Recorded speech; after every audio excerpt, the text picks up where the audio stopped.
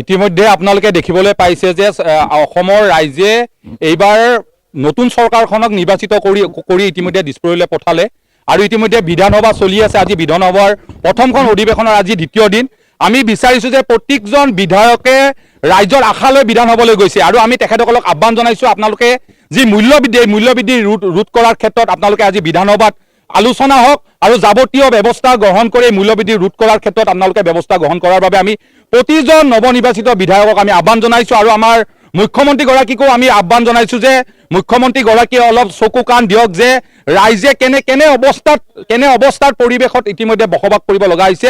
এই পৰিৱেশৰ প্ৰতি তেখেতে নজৰ দিবলৈ আমি আহ্বান জনাইছোঁ আৰু প্ৰতিজন বিধায়কক আমি আহ্বান জনাইছোঁ যে আজি বিধানসভাত এই মূল্যবৃদ্ধি ৰোধ কৰাৰ ক্ষেত্ৰত তেখেতসকলে আলোচনাত বহক। আচলতে নতুনকৈ চৰকাৰখন গঠন হৈছে, গঠন হোৱাৰ লগে লগে এনেকুৱা ধৰণৰ মূল্য বৃদ্ধি হৈছে যে ৰাইজ আচলতে ৰাজপথত নামিব লগা হৈছে। আজি আমি সদৌ অসম ছাত্ৰ সন্থাৰ আহ্বান মৰ্মে সদৌ ওদালগুৰি জিলা ছাত্ৰ সন্থাই ৰাজপথত বিক্ষোভ প্ৰদৰ্শন কৰিছোঁ আৰু নতুনকৈ চৰকাৰখন গঠন হৈছে, গঠন হোৱাৰ লগে লগে মূল্য বৃদ্ধিয়ে মানুহক কোঙা কৰি পেলাইছে।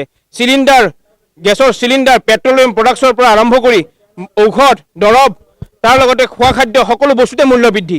এনেকুৱা ধৰণৰ মূল্য বৃদ্ধি হৈছে, ৰাইজে মাৰাবাৰ হাতিব লগা হৈছে। নতুনকৈ চৰকাৰখন গঠন হোৱাৰ লগে লগে যদি এনেকুৱা এটা পৰিস্থিতি যদি হয়, আমি ছাত্ৰ সন্থা ৰাইজে যদি আপোনাৰ ৰাজপথত নামিবলগীয়া যদি হয়, আমি কি পাম, কি আশা কৰিম এই চৰকাৰখনৰ পৰা?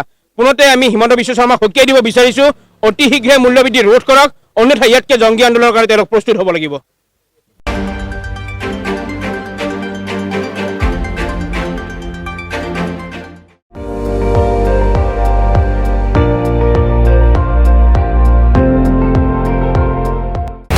আপুনি চাই আছে ND24, সৰ্বশ্ৰেষ্ঠ নহয় সৰ্বোত্তমৰ দৌৰত।